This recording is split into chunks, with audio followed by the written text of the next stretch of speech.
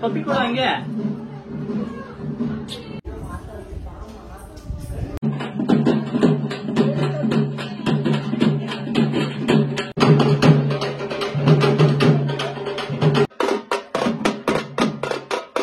Hi guys, welcome back to Shruti ಗೌಡ್ರ ಮನೆ. ಎಲ್ಲರೂ ಹೇಗಿದ್ದೀರಾ? ಎಲ್ಲರೂ ಚೆನ್ನಾಗಿದ್ದೀರಾ ಅನ್ಕೋತೀನಿ.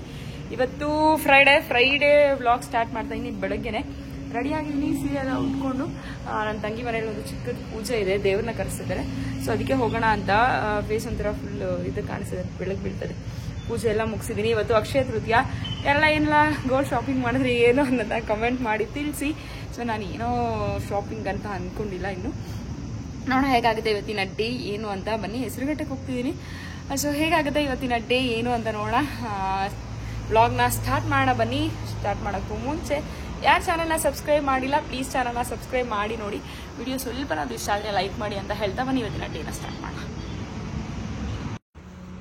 ಹಾಗೆ ಇವತ್ತು ಫ್ರೈಡೇ ಅಕ್ಷಯ ತೃತೀಯ ಆಗಿರೋದ್ರಿಂದ ನಿಮ್ಗಳಿಗೂ ಕೂಡ ಏನೇ ಕೆಲಸ ಮಾಡಿದ್ರು ಕೂಡ ಇವತ್ತು ಒಳ್ಳೆ ಕೆಲಸ ಅಕ್ಷಯ ಆಗುತ್ತೆ ಅಂತ ಹೇಳ್ತಾರೆ. ಆದಷ್ಟು ಒಳ್ಳೆ ಕೆಲಸ ಮಾಡಿ. ಏನೇ ಅದಕ್ಕೆ ಹೇಳೋದು, ಚಿನ್ನ ಬೆಳ್ಳಿ ಎಲ್ಲ ತೊಗೊಂಡ್ರೆ ಅಕ್ಷಯ ಆಗುತ್ತೆ, ಒಳ್ಳೆಯದು ಅಂತ ಹೇಳಿ ತೊಗೋತಿರ್ತಾರೆ. ನಾನು ಕೂಡ ಇದನ್ನ ಫಾಲೋ ಮಾಡ್ತೀನಿ. ನನ್ನ ಹತ್ರ ಅಂದರೆ ಅಮೌಂಟ್ ಇದ್ದಾಗ ತೊಗೋತೀನಿ, ಇಲ್ಲ ಅಂತ ಸುಮ್ಮನೆ ಇರ್ತೀನಿ ಹೀಗೆ. ಸೊ ಹಾಗೆ ನೀವೆಲ್ಲ ಯಾರೆಲ್ಲ ಏನು ಶಾಪಿಂಗ್ ಮಾಡಿದ್ವಿ, ಹಾಗೆ ಯಾವ ಥರ ಬಿಲೀವ್ ಮಾಡ್ತೀರಾ? ಸೊ ಪೂಜೆ ಮಾಡಿದ್ರು ಕೂಡ ತುಂಬ ಒಳ್ಳೆಯದು. ಏನಾದರೂ ದಾನ ಅಥವಾ ಯಾರಿಗಾದ್ರೂ ಹೆಲ್ಪ್ ಮಾಡಿದ್ರು ಕೂಡ ತುಂಬ ಒಳ್ಳೆಯದು. ಒಂದು ಪೂಜೆ ಮಾಡಿಸಿದ್ರು ಕೂಡ ತುಂಬ ಒಳ್ಳೆಯದು, ಈ ರೀತಿ ಹೇಳ್ತಾರೆ. ಸೊ ಹಾಗಾಗಿ ನನ್ನ ತಂಗಿ ಮನೇಲಿ ಇವತ್ತು ದೇವ್ರನ್ನ ಕರೆಸ್ತಾರೆ. ಅವರು ದುಗ್ಲಮ್ಮ ಅಂದ್ಬಿಟ್ಟು ಪ್ರತಿ ವರ್ಷ ಕರೆಸ್ತಾರೆ. ಹಾಗೆ ಕರೆಸಿದ್ರು. ನಾನು ಹೋಗ್ಲಿ ಬೇಡ ಅಂತ ಅಂದ್ಕೊಂಡೆ, ಬಿಸಿಲಲ್ಲಿ ಯಾರು ಹೋಗೋದು ಅಂತ. ಸೊ ಹಸ್ಬೆಂಡ್ಗೂ ಕೂಡ ಕೆಲಸ ಇತ್ತು, ಬರಲ್ಲ ಅಂತಿದ್ರು. ಅದಕ್ಕೆ ಬಸ್ಸಲ್ಲಿ ಹೋಗ್ಬೇಕಲ್ಲ ಯಾರಪ್ಪ ಅಂತ. ಬಟ್ ದೇವ್ರಿಗೆ ಕೂಗಿದಾಗ ಹೋಗಿಲ್ಲ ಅಂದರೆ ಚೆನ್ನಾಗಿರಲ್ಲ ಅಂದ್ಬಿಟ್ಟು ಹೊರಟಿರೋ ಅಂಥದ್ದು. ನನ್ನ ತಮ್ಮನಿಗೆ ಹೇಳಿದೆ ಬಾ ಹೋಗೋಣ ಅಂತ. ಇಲ್ಲ ನನಗೆ ಕೆಲಸ ಇದೆ, ಬಸ್ಸಲ್ಲಿ ಹೋಗಿ ಬಂದುಬಿಡಿ ಅಂತ ಹೇಳ್ದೆ.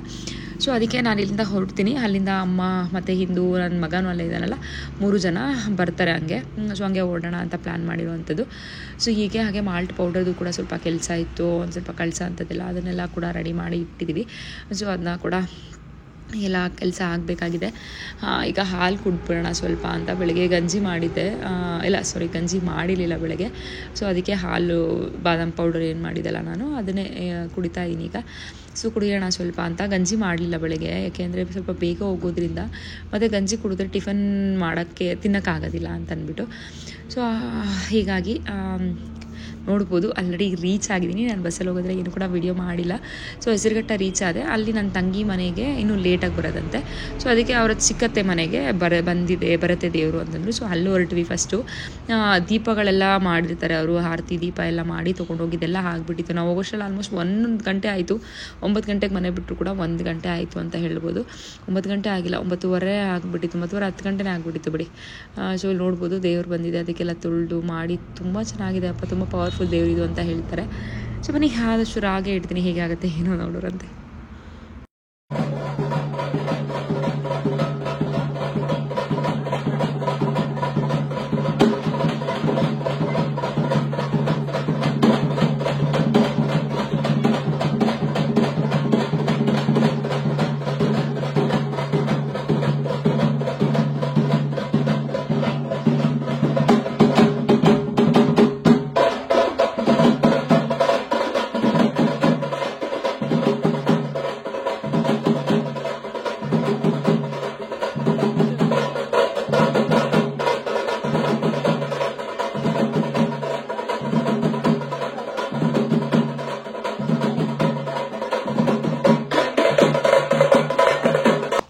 ಹೀಗೆ ಮನೆ ಒಳಗಡೆಗೆ ಬರೋವಾಗ ಅದೆಲ್ಲ ಅಂದರೆ ಪಾದ ಎಲ್ಲ ತೊಳೆದು ಅದಕ್ಕೆಲ್ಲ ಪೂಜೆಯನ್ನು ಮಾಡಿ ಮನೆ ಒಳಗಡೆ ತೊಗೊಂಬಂದು ಕೂರಿಸಿ ಪೂಜೆನ ಮಾಡ್ಕೋತಾರೆ. ಎಲ್ಲರೂ ಕೂಡ ಹೋಗಿರೋ ಅಂಥವರೆಲ್ಲ ಕೂಡ ಕಡ್ಡಿ ಹಚ್ಚಿ ಪೂಜೆ ಮಾಡ್ಕೋಬೋದು.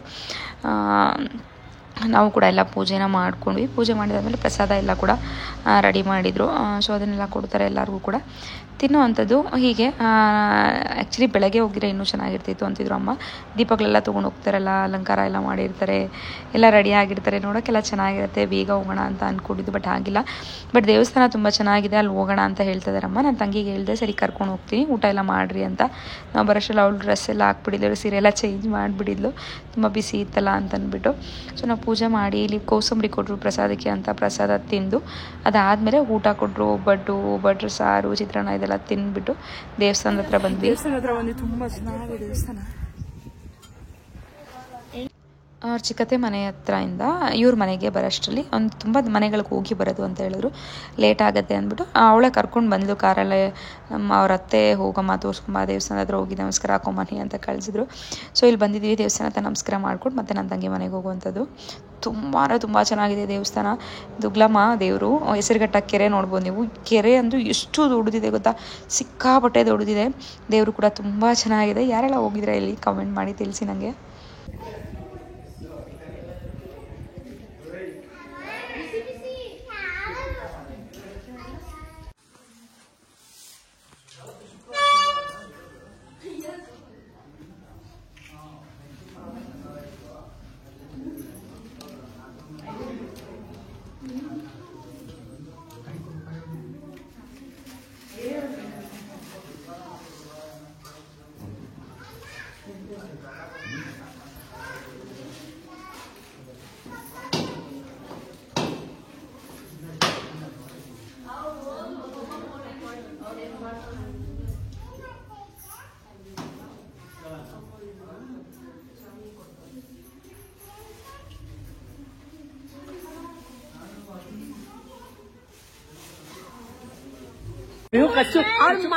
ಮಾಡ್ತಿದ್ದೆ, ನೀನ್ ಯಾಕೆ ಉಮ್ಮ ಅಂದೆ.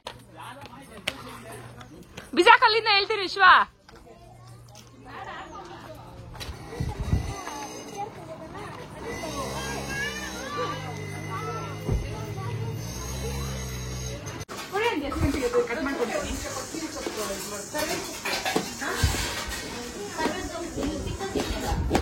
ನೀನ್ ಎಲ್ಲರೂ ತರಕಾರಿ ಕಟ್ ಮಾಡೋದು.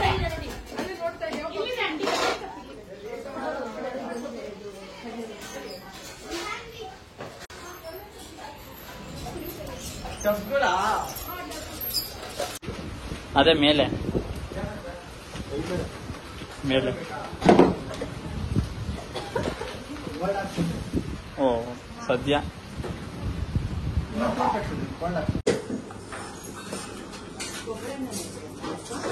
ನೀನ್ ಬರೋದು ಬಿಡ.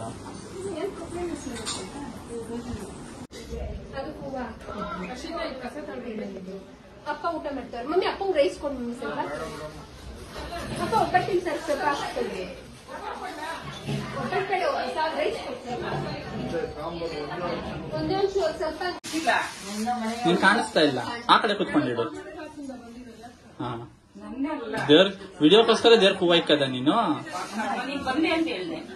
ನಾನ್ ಬಂದಿಲ್ಲ ಅಂದ್ರೆ ಕರೀತಾ ಇದ್ದೆ, ಕರೀತಾರಿಲ್ಲ. ಇದೇ ಮಾತು, ಇವಾಗ ನಾನು ಹೊಟ್ಟೋದ ಕರಿಬಾರ್ದು. ಹಾ ಹಂಗೆ ನಿಜ ಬರ್ಬೇಕು ಈಚೆ. ಸಾಕ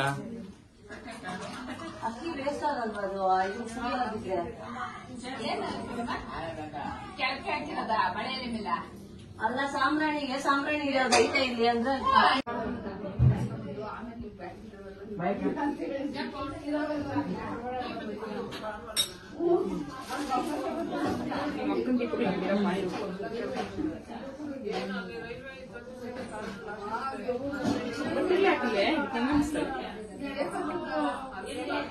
ಅದು ಆರ್ತಿಗೆ ಇಕ್ಕಿರೋದು.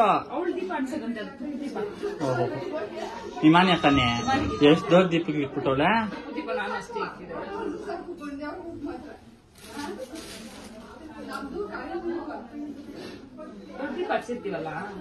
ನಮ್ಮ ಅಕ್ಕನ ದೀಪದಾಗ ಬತ್ತಿನೇ ಇಲ್ಲೇ, ಬತ್ತಿ ಇಲ್ಲೇ ದೀಪ ಹಚ್ತಾಳೆ. ಏನ್ ಅನ್ಕೊಂಡಿದ್ಯಾ? ಅದು ಭಕ್ತಿ ಅಂದ್ರೆ.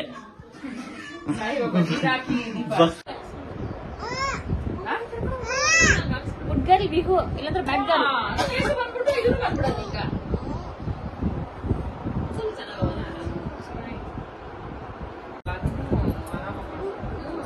ಅದೇನು ಗ್ರಾಮ ಗ್ರಾಮ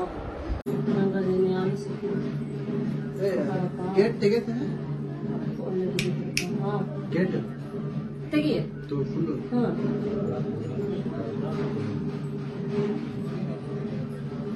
ಥ್ಯಾಂಕ್ ಯು ಮಮ್ಮ ಅನ್ನು ವಿಹು ಎಲ್ಲ ಇಲ್ತೋಸ್ ಇಲ್ತಿರು. ನೈಟ್ ನೈಟ್ ಪಪ್ಪಿ ಕೊಡು ಹಂಗೆ.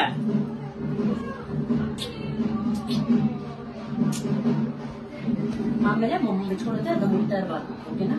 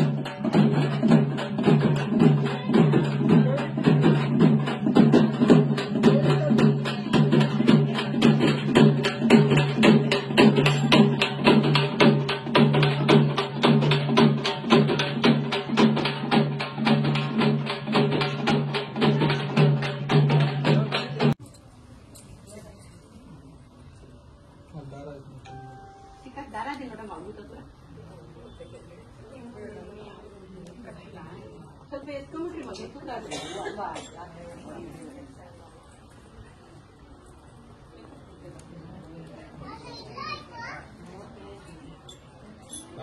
ಅದೇ ಮನೆಗೆ ಬಂದೈತೆ ಬರ್ತೀರಾ?